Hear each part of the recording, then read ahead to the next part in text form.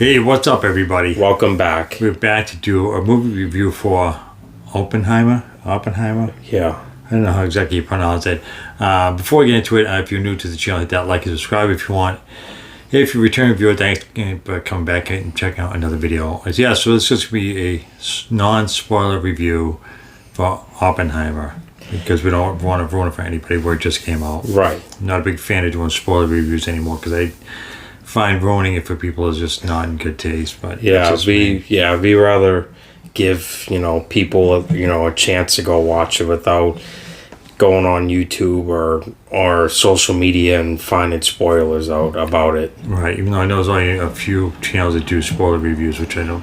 That's mainly the people that go they get like millions of subscribers. I'm not a big fan of that. I think it ruins it for everybody, and then you're trying to avoid hearing about it. But anyways, I'm not going to go on about it. So yeah, this is about the making of the first H-bomb. I think they call it atom bomb or H-bomb. The atomic bomb. Yeah, but it was a hydrogen bomb. Right. I love to say that it's the bomb part is actually a very small portion of this movie. It's very much like a political, what do you call it? Like politicalization type of term? I wouldn't call it political thriller, but just like very dramatic. It was very much about the after effects of the bombing of Hiroshima and Nagasaki. Right, like the controversial part of it and the aftermath of it, right. Which, obviously, it was very controversial during that time because, during that time when they were developing this bomb, Oppenheimer, he kind of knew how destructive it was, but he didn't know like how brutal it was going to be until they used it in Japan to end the war. And then that's kind of like when he kind of realized in his mind like oh shoot, like maybe we shouldn't have just like how devastating it was compared to what they thought it was going to be. There was more than what they were expecting, at least to him anyways.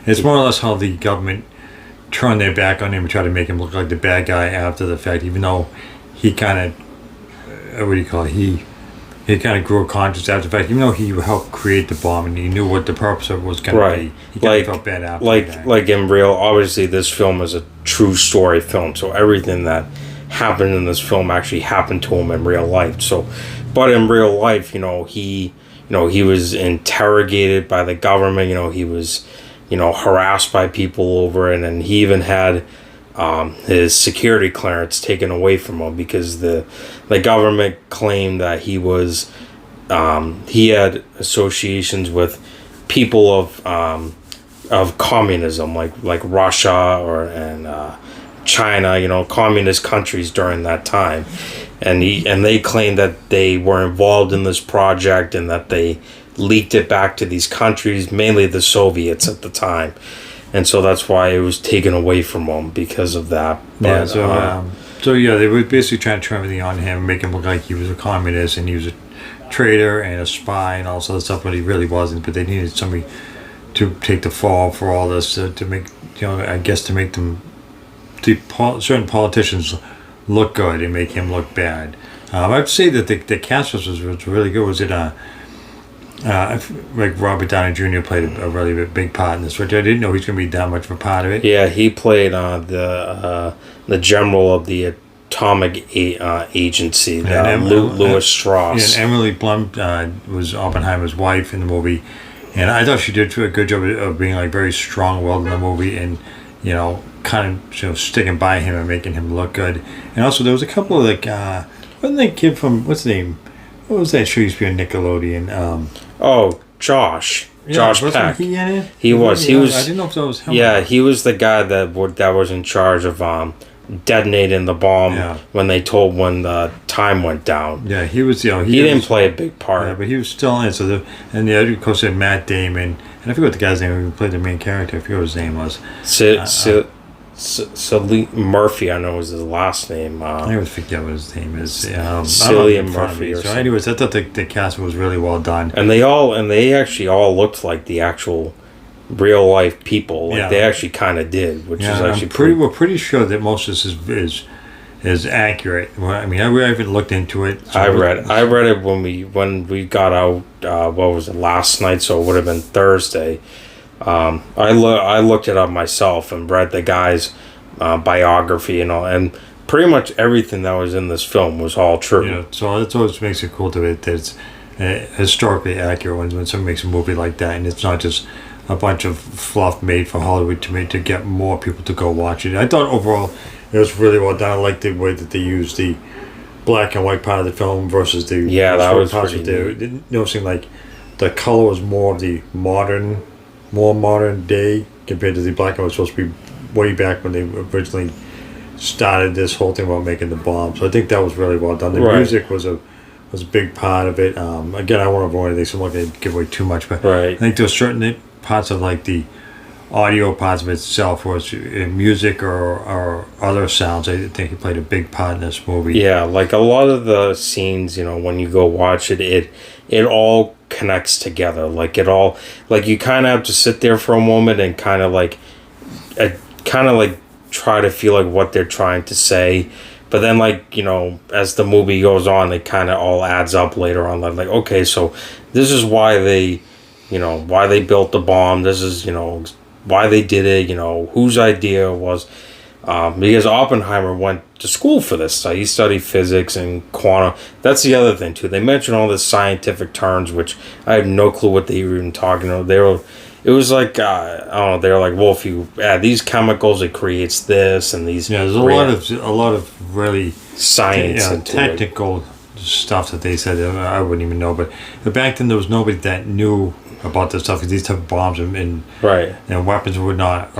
It was the teaching was famous, like outside the United States, like Germany or any like European type of country. But back then, it wasn't so much in America, because when Oppenheimer came to the United States to teach it, people were like, what are you talking about? Like, what are you saying? Yeah, like I remember, like, I don't want to go into it, but there's one part in the movie where he starts a class to teach this stuff, and he only has one student, and I think he's kind of crazy. And eventually, over time, he gains more and more attraction. Like over 20, 30 students. Yeah, so more and more people get attracted to this class, and they want to know about it, because nobody ever heard of such a thing.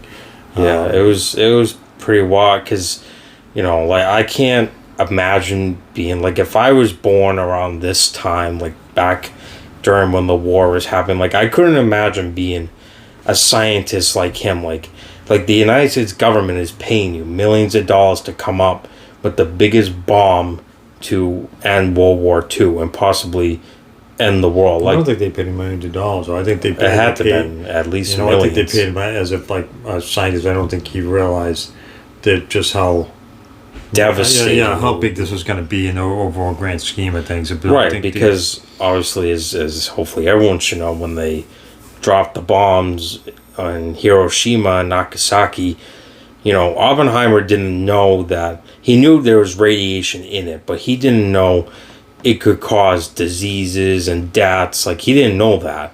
He didn't even know how big the bomb was going to explode. Yeah, like, he didn't know it was going to... definitive thing, because it had never been dropped on a populated area before. Yeah, like, he didn't know how far this bomb would go. Like, in real life, like, I looked it up, obviously, there's like a video of him, like, reacting to it, like, when they first tell him how bad it was, and he was like, he had no words, like, he was like devastated, like. Yeah, I don't think they realized. But overall, I think, the movie, I think it was a little slow at first when it first starts, but then as it builds up towards the gathering of scientists and making the bomb, it picks up pace a little bit. It gains momentum. It doesn't seem like it's 3 hours once it gets into it. The beginning, like I said, was a little bit slow. I don't want to go too much about it, because I don't want to ruin for anybody. Who was the guy? I forget who his name was, but he was in, was it Stranger Things, I think? But he played President Truman. He was just in a famous show not that long ago. I don't think he was in Stranger Things. I didn't recognize him. He was in a famous. He has he's had like a couple Oscar awards and stuff. Maybe I'll have to look at it. But I will say, the guy who played Truman in this film, I honestly thought it was actual Truman himself. He looked just like him. Not even dead for a long time. I know, but I'm just saying, like, the guy who played him looks just like him. Yeah, Like, they did a good job with the casting. I'm trying to, keep it accurate, make it look similar to the real life people. Overall, if I had to go score, I probably would say a 9 out of 10. I think it was really well done. Yeah. Yeah, it was. It didn't feel like an R-rated movie either. It felt Yeah, more there was like a couple of PG. nudity scenes at the beginning, but other than that, there was no swearing. There was really not really any violence, but it was just, I think that was really the only reason, maybe. I don't really know. I think that's why, because if you include scenes like that, you have to make it R-rated. Yeah, there wasn't a whole lot of really anything bad except for that I there was a few swearing parts, but that was it. Yeah, it was very mild. The most of it was all just about, the bomb and the aftermath. That was basically about it. Yeah, so I think it'll wrap this one up. If you guys get a chance to see this in theater, I highly recommend it. I think it's better on the big screen than on TV. Yeah, I know it's in IMAX. They keep talking. Yeah, but about IMAX is it's probably pretty cool. So I think I've wrapped up this video. As always, appreciate you guys tuning to check out our videos. So hit that like and subscribe. Until next time. There you go.